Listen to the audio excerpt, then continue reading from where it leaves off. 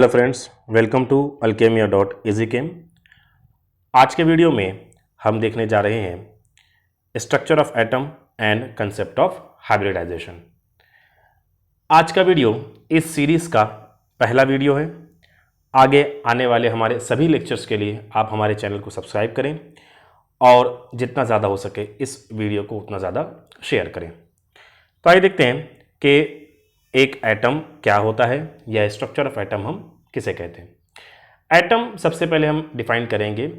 Atom एक ऐसी species है जो किसी भी मैटर की सबसे स्मॉलेस्ट यूनिट होती है जो फर्दर डिवाइड नहीं हो सकती। इसको अंडरस्टैंड करने के लिए आप किसी एक मैटर को इतना कट करें कि वो और ज़्यादा कट नहीं हो सकता, वो सबसे स्मॉलेस्ट पार्ट है। तो सबसे स्मॉलेस्ट और यूनिट पार्ट होता है, उसे हम एटम कहते हैं। ठीक है, तो एटम के अंदर में हमें दो चीजें मिलती हैं। पहली चीज, एटम के अंदर आपको मिलेगा एक न्यूक्लियस। उस न्यूक्लियस के अंदर में होंगे proton and neutron. Proton positive charge होते हैं, न्यूट्रॉन चार्जलेस होते हैं, और इन दोनों की वजह से बनता है आपका एटॉमिक वेट। अब न्यूक्लियस के साथ साथ न्यूक्लियस के बाहर आपको मिलेंगे इलेक्ट्रॉन्स जो रिवॉल्व होते रहेंगे शेल्स के अंदर में। तो एटम के अंदर दो स्पेशल चीज, न्यूक्लियस एंड इलेक्ट्रॉन्स। न्यूक्लियस में प्रोटॉन एंड न्यूट्रॉन जो एटॉमिक वेट बनाएंगे, और न्यूक्लियस के बाहर रिवॉल्व होते हुए इलेक्ट्रॉन से आपको मिलेगा एटॉमिक नंबर। अब इसमें भी आपका जितना इलेक्ट्रॉन्स होंगे उतने ही आपके प्रोटॉन्स होंगे। Electrons negative charge, protons positive charge. अब इनके अंदर में जितने इलेक्ट्रॉन उतने प्रोटॉन। न्यूट्रॉन की क्वांटिटी वेरी हो सकती है, और इस वेरिड न्यूट्रॉन की वजह से बनते हैं आइसोटोप्स। ठीक है, जैसे for example carbon 12, carbon 13, carbon 14। तो कार्बन 12 आपका एक कार्बन हो गया, कार्बन 13 जिसमें एक न्यूट्रॉन एक्स्ट्रा हो जाए उसे हम बोलेंगे कार्बन 13। उसी तरह आते हैं कार्बन 14। उसी तरह आपको मिलेगा आयोडीन 132, आयोडीन 131। उसी तरह आपको मिल सकते हैं फ्लोरीन, उसी तरह आपको मिल सकते हैं क्लोरीन। तो हर एक का आइसोटोप्स वर्ड में अवेलेबल होते हैं। तो जिनके भी न्यूट्रॉन में कमी ज़्यादती होने की वजह से एटॉमिक वेट में कमी ज़्यादती होती है, उसे हम कहेंगे आइसोटोप्स। और अगर आपके इलेक्ट्रॉन में कमी ज़्यादती हो जाए, ठीक है, तो उसे हम कहेंगे आइसोबार। जैसे for example carbon 6, carbon 7, carbon 8। तो उसमें इलेक्ट्रॉन की क्वांटिटी वेरी हो रही है, इसलिए ऐसी स्पेसीज को हम कहेंगे आइसोबार। तो यहां पर आपको एटम की ब्रॉड डेफिनेशन, एटम के टाइप, एटम के अंदर में कौन कौन से एलिमेंट्स होंगे जैसे न्यूक्लियस एंड इलेक्ट्रॉन्स, ये हमने देख लिया है। आप इसका स्क्रीनशॉट ले सकते हैं। आगे देखते हैं हम कि एक एग्जांपल के तौर पे समझ लेते हैं कि एक एटम के अंदर में जो न्यूक्लियस होता है और उसके जो शेल्स होते हैं वो दिखते कैसे हैं। तो ये एक हाइपोथेटिकल कंसेप्ट है जो आपके अंडरस्टैंडिंग करने के लिए हमने बनाया हुआ है। अब हमने एग्जांपल लिया यहां पर कार्बन की। कार्बन का एटॉमिक नंबर है 6। इसके पास है 6 प्रोटॉन एंड 6 न्यूट्रॉन। तो एटॉमिक नंबर 6 होने की वजह से इसके पास 6 इलेक्ट्रॉन्स होंगे, जिसमें से पहले 2 इलेक्ट्रॉन आपको मिलेंगे पहले शेल में, जिसको हम कहते हैं जिसे हम कहते हैं K। दूसरा शेल आपका है L, तीसरा शेल है आपका M। तो आपके पास जो शेल्स होते हैं उनके नेम है KLM। तो K शेल में आपको मिलेंगे 2 इलेक्ट्रॉन, L शेल में आपको मिलेंगे 4 इलेक्ट्रॉन, बिकॉज इसका इलेक्ट्रॉनिक कॉन्फ़िगरेशन ही यही है 2 and 4। एक्चुअल में हमारे पास एक फॉर्मूला है 2n स्क्वायर फॉर्मूला, जिससे हम पता करते हैं कि किसी भी शेल में कितने इलेक्ट्रॉन्स होंगे। तो 2n स्क्वायर फॉर्मूले के हिसाब से पहले शेल में 2 इलेक्ट्रॉन चाहिए, दूसरे शेल में 8 इलेक्ट्रॉन चाहिए, 8 इलेक्ट्रॉन चाहिए, तीसरे शेल में 18 चाहिए, फोर्थ शेल में आपको 32 चाहिए, फिफ्थ शेल में आपको 50 इलेक्ट्रॉन्स चाहिए। तो 2n स्क्वायर फॉर्मूले में आप n की जगह पर 1, 2, 3, 4 रख के पता कर सकते हैं कि आपके पास इलेक्ट्रॉन कितने होंगे पर्टिकुलर शेल में। और पहले शेल में सिर्फ कैपेसिटी 2 इलेक्ट्रॉन अकोमोडेट करने की होती है, बिकॉज वो बहुत लोअर एनर्जी शेल्स होते हैं। तो लोअर एनर्जी शेल होने से उनके पास सिर्फ 2 इलेक्ट्रॉन्स आपको दिखेंगे। तो कार्बन आपको एक ग्राउंड स्टेट पे कुछ इस प्रकार से दिखने वाला है। नेक्स्ट, अब इनके अंदर में भी आपका जो इलेक्ट्रॉन है वो ऑर्बिटल थ्योरी में जाके और भी सब शेल में डिवाइड हो जाता है।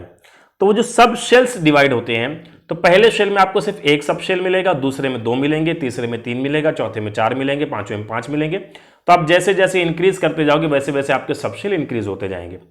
तो पहले सब शेल का नाम है s, दूसरे सब शेल के अंदर आपको मिलेंगे sp, तीसरे शेल के अंदर में जो 3 सब शेल है उसके नाम है spd, चौथे शेल में आपको मिलेंगे spdf।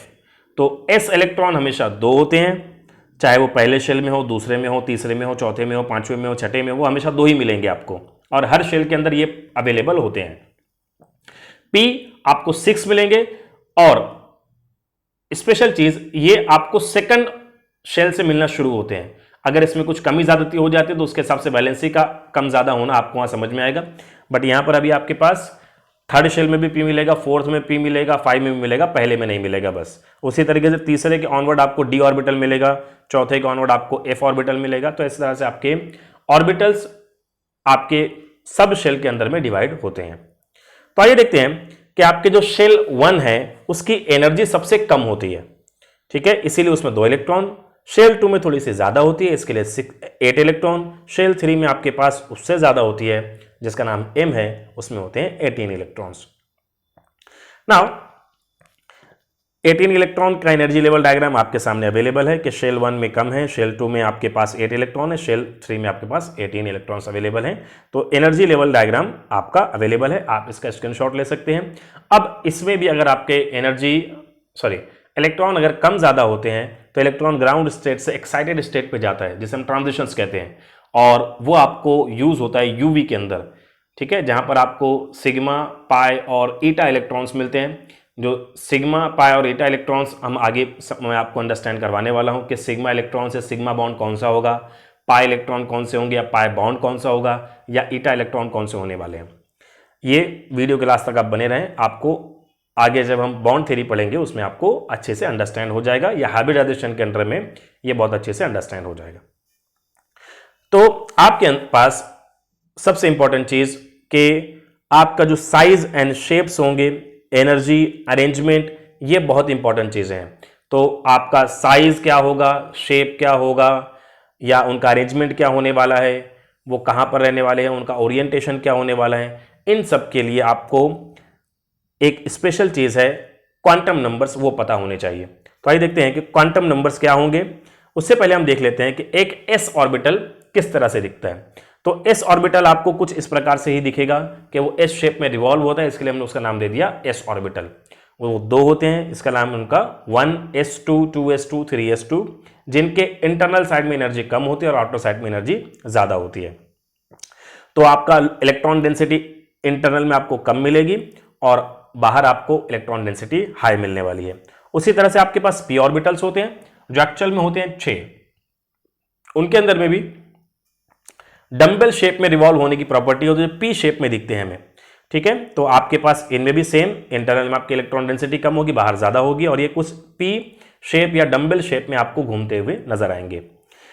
अब इनमें भी आपके पास 3 टाइप के इलेक्ट्रॉन्स होते हैं, p के अंदर भी 3 होते हैं, px, py, pz। अगर वो x एक्सिस पे घूमेंगे तो उनको हम नाम दे देंगे px, कुछ इस तरह से। अगर वो घूमेंगे आपके y एक्सिस पे तो उनको हम नाम दे देंगे py, और अगर वो z एक्सिस पे घूमेंगे तो उनका नाम हो जाएगा pz। ध्यान रहे, ये 2px2, 2py2 एंड 2pz2 के फॉर्मेट में आपको दिखते हैं। नेक्स्ट हम देख लेते हैं नियॉन एटम को, वो रिवॉल्यूशन ऑफ इलेक्ट्रॉन किस तरह से होते हैं। तो देखते हैं हम लोग, 1s2 आपका रिवॉल्व हो रहा है कुछ इस प्रकार से, then 2s2, then 2px2 x axis पे, 2py2 y एक्सिस पे एंड 2pz2 z एक्सिस पे, ठीक है। आप चाहे तो इसका स्क्रीनशॉट ले सकते हैं, ये इतना पर्टिकुलर चीज आप रिकॉर्ड करके भी देख सकते हैं कि एनिमेशन, ये है हाइपोथेटिकल कंसेप्ट आपके अंडरस्टैंडिंग बढ़ाने के लिए कि नियॉन एटम ग्राउंड स्टेट पे किस तरह से दिखता है। और नियॉन एटम की स्पेशलिटी ये है कि इसका आउटर मोस्ट शेल में 8 इलेक्ट्रॉन्स होते हैं, वैलेंसी कंप्लीट होती है, तो ये इनर्ट होते हैं, ठीक है। 8th रो में जाने वाले एटम में नियॉन भी शामिल होता है। नेक्स्ट हम देखेंगे क्वांटम नंबर्स, ठीक है। तो क्वांटम नंबर में आपको पता है कि 4 टाइप के क्वांटम नंबर्स होते हैं, azimuthal quantum number, principal quantum number, magnetic quantum number and spin quantum number. तो आपका एजीमुथल क्वांटम नंबर डिसाइड करता है shape of the orbital, principal quantum number decide करता है size of the orbital and also energy of electron in it, magnetic quantum number orientation of orbital and spin quantum number direction of spin of electron about its own axis. तो electron की जो spins होती है खुद के axis पे वो किस तरह से होगी, ये स्पिन क्वांटम नंबर हमको बताता है। तो principal quantum number, size and energy, azimuthal quantum number, shape of the orbital, magnetic orientation, वो एक्स है कि वाई है कि जेड एक्सिस पर जाएगा, and spin quantum number direction of spin of electron about its own axis. अब इसके अंदर आता है एक पॉली एक्सक्लूजन प्रिंसिपल, जिसके हिसाब से the two electrons in an orbital may have the same principal, azimuthal and magnetic quantum number but different spin quantum number. तो एक स्पेशल चीज है कि स्पिन क्वांटम नंबर दो इलेक्ट्रॉन का अलग अलग होने वाला है, ये कभी भी सेम नहीं होते हैं। और स्पिन क्वांटम नंबर का यूज आपको होगा एनएमआर में, न्यूक्लियर मैग्नेटिक रेजोनेंस स्पेक्ट्रोस्कोपी की एक टेक्निक है जिसमें हमको स्पिन क्वांटम नंबर देखना है, जिसका भी spin quantum number non zero होगा उसी का आपको एनएमआर देखने वाला है। ठीक है, अब इसके बाद हम देखते हैं कि प्रिंसिपल शेल अगर हमारे पास 1 है तो सब शेल 1 होंगे, उसका नाम होगा S, और नंबर ऑफ इलेक्ट्रॉन्स में होंगे 2। अगर आपके प्रिंसिपल शेल आपके 2 हो जाते हैं तो सब शेल भी 2 हो जाएंगे। प्रिंसिपल शेल अगर 3 हो जाए तो सब शेल भी 3 हो जाएंगे। प्रिंसिपल शेल 4 तो सब शेल भी 4। तो उसके हिसाब से S, SP, SPD and SPDF। तो याद रखें, S इलेक्ट्रॉन में, S ऑर्बिटल में 2 इलेक्ट्रॉन, P ऑर्बिटल में 6 इलेक्ट्रॉन, D ऑर्बिटल में 10 इलेक्ट्रॉन एंड F ऑर्बिटल में आपको मिलेंगे 14 इलेक्ट्रॉन। और अगर इनमें से कुछ कम हो जाते हैं तो वही उसकी वैलेंसीज बनती हैं। तो वैलेंसी कंसेप्ट में अभी आगे आपको समझाऊंगा कि किस तरह से वैलेंसीज आइडेंटिफाइड होती है, डिफाइंड होती है। उसके लिए आपको याद रखना ऑक्टेट रूल। ऑक्टेट रूल ये डिफाइन करता है कि आपको आउटर मोस्ट शेल में 8 इलेक्ट्रॉन चाहिए। ठीक है, तो जिसके पास भी 8 इलेक्ट्रॉन अवेलेबल होंगे उसकी ऑक्टेट कंप्लीट होगी आउटर मोस्ट शेल में। ठीक है, तो एक डेफिनेशन ये भी बनती है, या 8 इलेक्ट्रॉन कंप्लीट करने के जो इलेक्ट्रॉन रिक्वायर्ड होंगे उसे हम कहेंगे वैलेंसीज। या 2 इलेक्ट्रॉन या 8 इलेक्ट्रॉन करने के लिए आपको कितने इलेक्ट्रॉन डोनेट करने पड़ेंगे वो भी होती है वैलेंसीज। जैसे फॉर एग्जांपल सोडियम के लास्ट में 1 इलेक्ट्रॉन होता है, वो डोनेट कर देता है, बट कार्बन के आखिरी शेल में 4 इलेक्ट्रॉन है, वो 4 इलेक्ट्रॉन ले लेता है, तो ये लेने की प्रॉपर्टी है।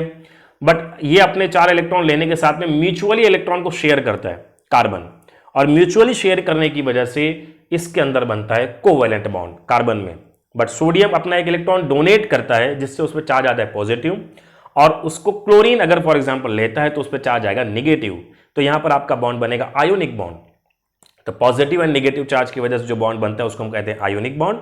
और आयोनिक बॉन्ड्स की वजह से इनमें पोल्स बनते हैं, पॉजिटिव एंड निगेटिव पोल्स, और आयोनिक कंपाउंड्स डायपोलार होते हैं और ऑर्गेनिक कंपाउंड आपके नॉन पोलार होते हैं, क्योंकि उसमें कोई भी टाइप के पोलैरिटी या positive and negative charge create नहीं होते। इसके लिए मैक्सिमम ऑर्गेनिक कंपाउंड आपके क्या होते हैं, नॉन पोलार। इसीलिए non polar compound water insoluble है, क्योंकि वाटर खुद एक पोलार है, उसमें H+ OH- मिलते हैं। तो ये कंसेप्ट हम बाद में आगे और क्लियर करेंगे। नाउ अब आपके पास एनर्जी ऑफ इलेक्ट्रॉन अवेलेबल है, इस इलेक्ट्रॉन का डिस्ट्रीब्यूशन कैसे होता है हम ये देख लेते हैं। तो याद रखें, सबसे पहले इलेक्ट्रॉन फिलअप होंगे 1s में। ठीक है, 1s के बाद जाएंगे 2s में, देन 2p में, then 3s, then 3p, then 4s, then 3d, 4p, 5s। तो उनका जो पैटर्न है वो यहां पर दिया हुआ है, आप इसका स्क्रीनशॉट लेके इसको याद रखें कि सबसे पहले कौन सा फिलअप होने वाला है, 1s, then 2s, then 2p, then 3s, then 3p, then 4s, 3d, 4p, 5s। तो इस तरीके से आपके जितने भी इलेक्ट्रॉन्स हैं ये अपने ऑर्बिटल्स को फिलअप करेंगे। इनका पैटर्न यही रहेगा। सबसे ज़्यादा चांसेस होते हैं 1s के, क्योंकि इंटरनल ऑर्बिट सबसे पहले फिलअप होता है। तो यहाँ पर अगर हम एरो के हिसाब से देखेंगे तो 1s आपका सबसे पहले, या उसकी ऑक्यूपेंसी सबसे ज़्यादा होगी इलेक्ट्रॉन लेने की, या फिर उसमें इलेक्ट्रॉन सबसे पहले जाने वाले हैं। तो आइए देखते हैं कि इलेक्ट्रॉन सबसे पहले 1s में ऐड कैसे होते हैं। तो जब एक इलेक्ट्रॉन ऐड होगा तो सबसे पहले फिलअप होंगे ऑर्बिटल्स में 1s1, देन उसमें एक इलेक्ट्रॉन और ऐड हो जाएगा, बन जाएगा 1s2। अगेन उसी के अंदर आपका एक इलेक्ट्रॉन ऐड होगा, बन जाएगा 2s1, देन 2s में एक और इलेक्ट्रॉन ऐड होगा जिसको हम बोलेंगे 2s2। यही पैटर्न होगा इलेक्ट्रॉन ऐड होने का। ये आगे आपको समझ में आएगा मैं ऐसा क्यों समझा रहा हूं। Next 2px1, then 2py1, then 2pz1। अब इलेक्ट्रॉन अगर बच गए तो चला जाएगा 2px2, then 2py2, then 2pz2।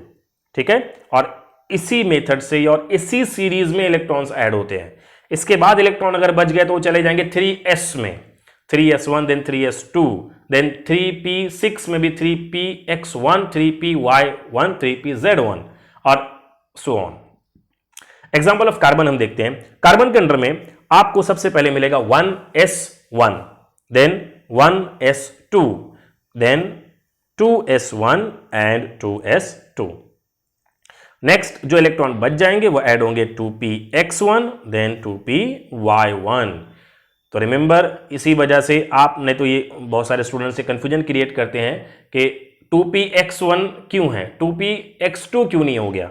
Because electron के ऐड होने की यही सीरीज है कि पहले x1 जाएगा, y1 जाएगा, देन z पे जाएगा। अदरवाइज अगर आपका 2px के अंदर दोनों चले जाएंगे तो यहां पर हाइब्रिडाइजेशन होने वाला नहीं है।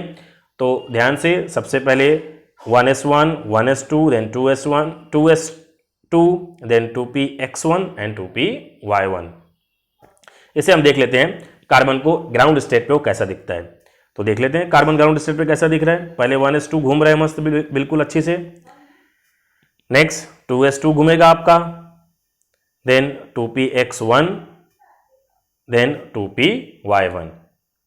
ठीक है, तो यहां पर आपका कार्बन ग्राउंड स्टेट पे ऐसा दिखता है। हम इसका एनर्जी प्रोफाइल डायग्राम भी देख लेंगे बाद में, पर अभी हम देखेंगे कि हाइब्रिडाइजेशन क्या होता है। अब हाइब्रिडाइजेशन याद रखने के लिए आपको याद रखना है कि किसी भी दो अलग अलग स्पेसीज को मिक्स कर दो, जो तीसरी स्पेसीज बनेगी वो हाइब्रिड होगी, उसी को हम कह देंगे हाइब्रिडाइजेशन। तो ऑर्गेनिक केमिस्ट्री के कंसेप्ट में इसे कहेंगे the process of mixing of pure orbitals to give a set of new equivalent orbitals of the equal energy called hybridization। और हाइब्रिडाइजेशन आपका बहुत ज्यादा जरूरी है मॉलिक्यूल को फॉर्म करना फ्रॉम एटम्स। ठीक है, तो एटम से मॉलिक्यूल बनाने के लिए हाइब्रिडाइजेशन होना बहुत जरूरी है। नाउ अब किसी भी ground state electronic configuration of atom में, या हम कार्बन के एग्जांपल के तौर पे देख लेते हैं कि फर्स्ट शेल में आपको मिल जाएगा 1s2, दूसरे शेल में 2s2 एंड 2p2। 2p2 में भी x में एक है, y में एक है, और यहां पर मिक्सिंग होने वाली है s और p की। तो यहां पर s ऑर्बिटल अलग है, p ऑर्बिटल अलग है, s की रिवॉल्यूशन अलग है, p की रिवॉल्यूशन अलग है। तो इन दोनों को जैसे हम मिक्स कर देंगे तो आपका हो जाएगा हाइब्रिडाइजेशन। हाइब्रिडाइजेशन के लिए आपके पास 3 टाइप है, sp, sp2 एंड sp3। ठीक है, तो हम रिवर्स में जाएंगे। sp3 हम पहले देखेंगे, sp2 हम बाद में देखेंगे, उसके बाद हम देखेंगे sp, उसके बाद देखेंगे नाइट्रोजन के अंदर में hybridisation. Next carbon ground state पे आपको दिख रहा है, जो हमने पहले भी देखा हुआ है, तो हम इसको फास्ट में कवर कर लेते हैं। कार्बन ग्राउंड स्टेट पे अब इसका एनर्जी लेवल डायग्राम हम देख लेते हैं कि आपके पास 1s2 2s2 and 2p2 available है, जिसमें से एक x है एक y है।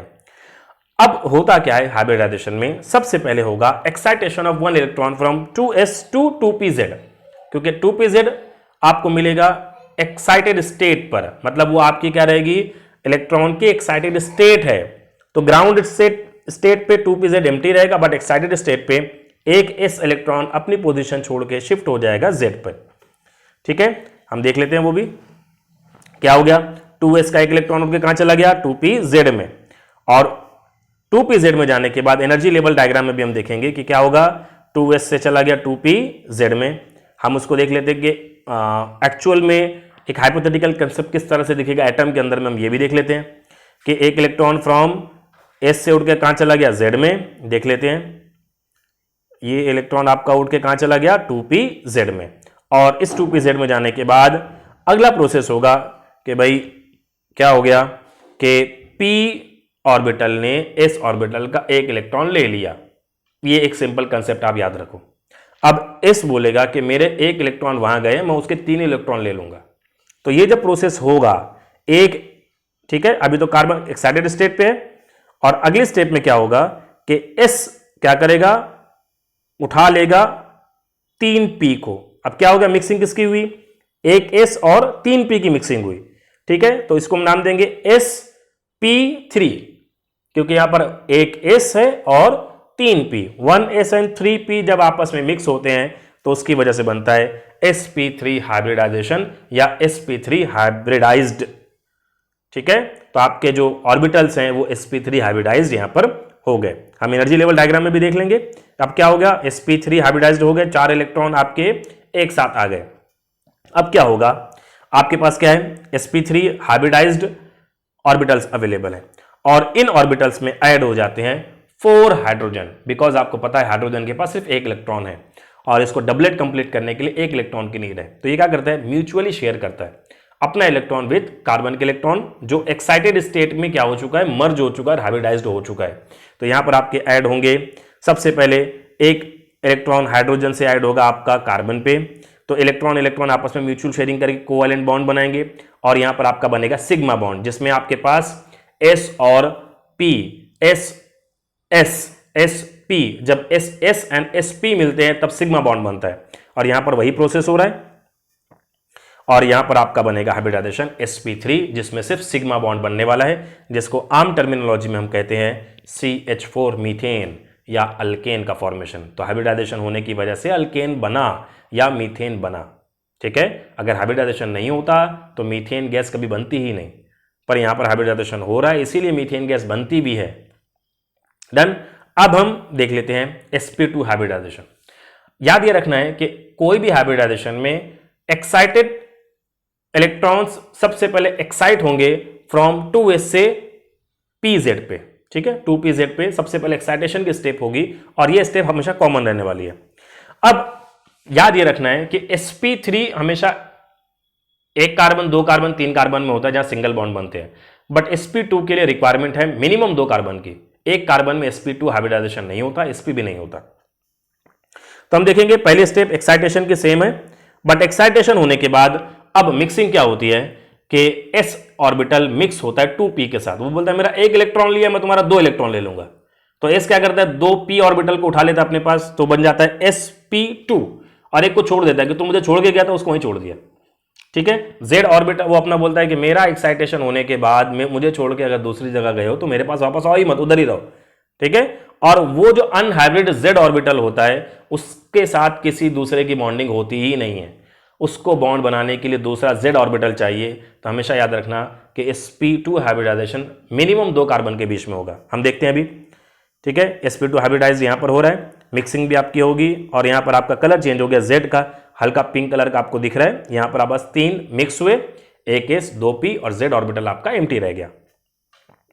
नाउ ये प्रोसेस मैंने आपको क्या बताया, कितने कार्बन में होगा, 2 कार्बन में। z हमारा अनहाइब्रिड अवेलेबल है, देखते हैं हमारे पास एक यहां पर कार्बन के अंदर में हमने प्रोसेस देख लेते हैं पूरा, ये हमारा पूरा है, बट ये कितने कार्बन में होने वाला है, 2 कार्बन में प्रोसेस होगा। तो अब इसमें स्पेशल चीज कि हमेशा s ऑर्बिटल का जो एक इलेक्ट्रॉन है वही दूसरे कार्बन के s ऑर्बिटल के साथ बॉन्ड बनाएगा ना, ध्यान से। सबसे पहला बॉन्ड आपका वही बनने वाला है, ये वाला, ठीक है। s s आपस में मिक्सिंग हुई, उसके बाद जो p p बचे हुए हैं जो हाइब्रिडाइज्ड हो गए वो 2-2 हाइड्रोजन के साथ बॉन्ड बनाएंगे, देख लेते हैं।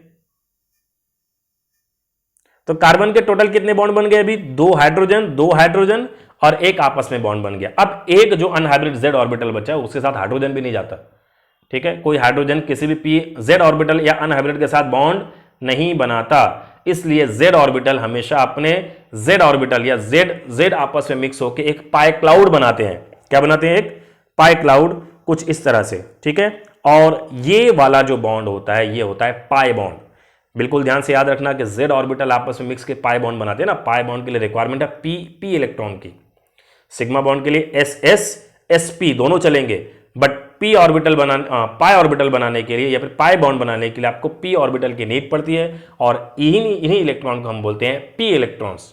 और यही वो इलेक्ट्रॉन है जो सबसे ज्यादा एक्साइट होते हैं यूवी के अंदर में, जिसकी वजह से कॉन्जुगेशन पता चलते हैं। तो यूवी के अंदर में हम पता करते हैं कॉन्जुगेशंस को, तो ये पाई बॉन्ड आपका पता चलेगा यूवी के अंदर में। मैक्सिमम जितने भी कॉन्जुगेशंस होते हैं वो होमोएनुलर हो, डायएनुलर हो, ट्राइएनुलर हो, होमोएनुलर डाइंस हो, डायएनुलर डाइंस हो। तो जो भी आपका होमोएनुलर, हेट्रोएनुलर या बेंजीन हो गया, कॉन्जुगेशंस हो गया, डबल बॉन्ड एक्सटेंडिंग कॉन्जुगेशंस हो गए, ये सब आप पता करेंगे यूवी से, क्योंकि वहां पर सबसे ज्यादा ट्रांजिशन p इलेक्ट्रॉन का ही पता चलता है कौन सा होने वाला है। नेक्स्ट अब हम देख लेते हैं बना क्या हमारा, अल्केन की बजाय बन गया अल्कीन, ठीक है, जिसमें एक पाई और एक सिग्मा बॉन्ड बना हुआ है और कार्बन कार्बन के बीच में 2 डबल बॉन्ड बन गए। अब हम देखेंगे सेम प्रोसेस कार्बन कार्बन के बीच में, बट हाइब्रिडाइजेशन होगा 1s और 1p, जिसको हम नाम देंगे sp का, डन। तो 1s 1p की मिक्सिंग होने वाली है। अब इसमें भी पहला प्रोसेस तो सेम है एक्साइटेशन का कि एक इलेक्ट्रॉन फ्रॉम ग्राउंड स्टेट से उठ के चला जाएगा 2pz में, बिल्कुल जाएगा। देख लो आप लोग कि क्या हो जाएगा आपका, एक इलेक्ट्रॉन ग्राउंड स्टेट से उठ के कहां चला गया, 2pz में, दिख रहा है। अब एक इलेक्ट्रॉन गया है, ठीक है, तो मिक्सिंग किसकी होगी, 1s एंड 1p। वो बोलेगा मेरा एक इलेक्ट्रॉन गया था, मैं तुझसे एक ही इलेक्ट्रॉन लूंगा, बट दूसरे वाला ले लेता है वो, और वो जो दूसरा वाला इलेक्ट्रॉन होता है वो आपस में मिलकर बना लेते हैं हाइब्रिडाइजेशन करके, हाइब्रिड इलेक्ट्रॉन आपस में मिलके हाइब्रिड ऑर्बिटल बना, जिसमें 1s 1p, बट ध्यान से py एंड pz अनहाइब्रिड रह जाएंगे। तो अब दूसरे कार्बन के अंदर में भी py और pz के साथ ही इनकी बॉन्डिंग होगी, किसी दूसरे के साथ बॉन्डिंग नहीं हो सकती मिक्सिंग होने के बाद भी, ठीक है। तो यहां पर sp हाइब्रिड हो गया और दो ऑर्बिटल आपके क्या हो गए, सॉरी, दो ऑर्बिटल आपके यहां पे रह जाएंगे अनहाइब्रिड, ठीक है। तो यहां पर बस 2py and 2pz, sorry 2pz and 2py आपके रिमेन अनहाइब्रिड रह जाएंगे, और ये किसी दूसरे एटम जिसमें ये सेम प्रोसेस चल रहा है उसके साथ बॉन्डिंग करने वाले हैं। तो हम वो वाला भी देख लेते हैं यहां पर। तो हमारे पास अवेलेबल है पूरा, कार्बन ग्राउंड स्टेट में, उसके बाद कार्बन एक्साइटेड स्टेट में, देन मिक्सिंग हो गई 1s एंड 1p, और ये प्रोसेस आपका किसमें हुआ, दो कार्बन के अंदर में। तो दोनों कार्बन में आपके पास अवेलेबल है, देख लो आप लोग, ये आपका z ऑर्बिटल और ये वाले कार्बन का z orbital and s orbital आपस में बॉन्ड किस तरह से बना रहा है आप देख रहे हो। तो सबसे पहले बॉन्ड बनेगा s s के बीच में कुछ इस तरह से, देन आपका बनेगा s and p, sorry s s जो आपके H वाले हैं, तो P और S के बीच में बॉन्ड बनेगा, एक होगा कार्बन का P और हाइड्रोजन का होगा S, दूसरा कार्बन का P हाइड्रोजन का S आपस में बॉन्ड बना रहे। अब उसके बाद आपका py एंड pz आपस में बॉन्ड बनाएंगे, py py pz pz, देख लो कुछ इस तरह से, ठीक है। तो ध्यान से यहां पर आपको एक स्पेशल चीज याद रखनी है, अल्काइंस में ट्रिपल बॉन्ड्स बनते हैं जिसमें से 2 पाई 1 सिग्मा होता है, और पाई बॉन्ड भी आपका किससे बन रहा है, अनहाइब्रिड p ऑर्बिटल के मिक्सिंग होने की वजह से, ठीक है। तो यहां पर आपके पास कितने पाई हैं, 2 पाई और एक सिग्मा, कार्बन कार्बन, वैसे कार्बन हाइड्रोजन भी सिग्मा बॉन्ड है, बट कार्बन कार्बन के बीच में 2 पाई और एक सिग्मा बॉन्ड बनता है। तो यहां पर हमारा बनता है तीसरा फंक्शनल ग्रुप जिसको हम बोलते हैं अल्काइन। पहले बना अल्केन, दूसरा बना अल्कीन, तीसरा बना अल्काइन। नाउ अब हम देखते हैं hybridisation of nitrogen and formation of ammonia molecule. अब यहां पर एक्साइटेशन की बजाय आपका सीधा मिक्सिंग हो जाता है, ग्राउंड स्टेट पे एक्साइट होने की बजाय आपका सीधा मिक्सिंग होता है 2s2 एंड 2p3 के बीच में, ठीक है। तो जैसे ही मिक्सिंग होगा आपको देखने के यहां पर मिलेगा कि 2s मिक्स हो जाएगा किसके साथ, 3p के साथ में। तो यहां पर 2s उठ के आया, यहां से 3p आ गए। अब हाइब्रिडाइजेशन यहां पर s और 3p का मतलब sp3 तो हो गया है, पर यहां पर जो s इलेक्ट्रॉन है वो रिएक्टिव पावर रखते हुए भी रिएक्शन में टेक पार्ट नहीं करेंगे बिकॉज उनका ऑर्बिट फिल है। तो ऐसे जो दो इलेक्ट्रॉन्स होते हैं उन्हें हम कहते हैं लोन पेयर्स।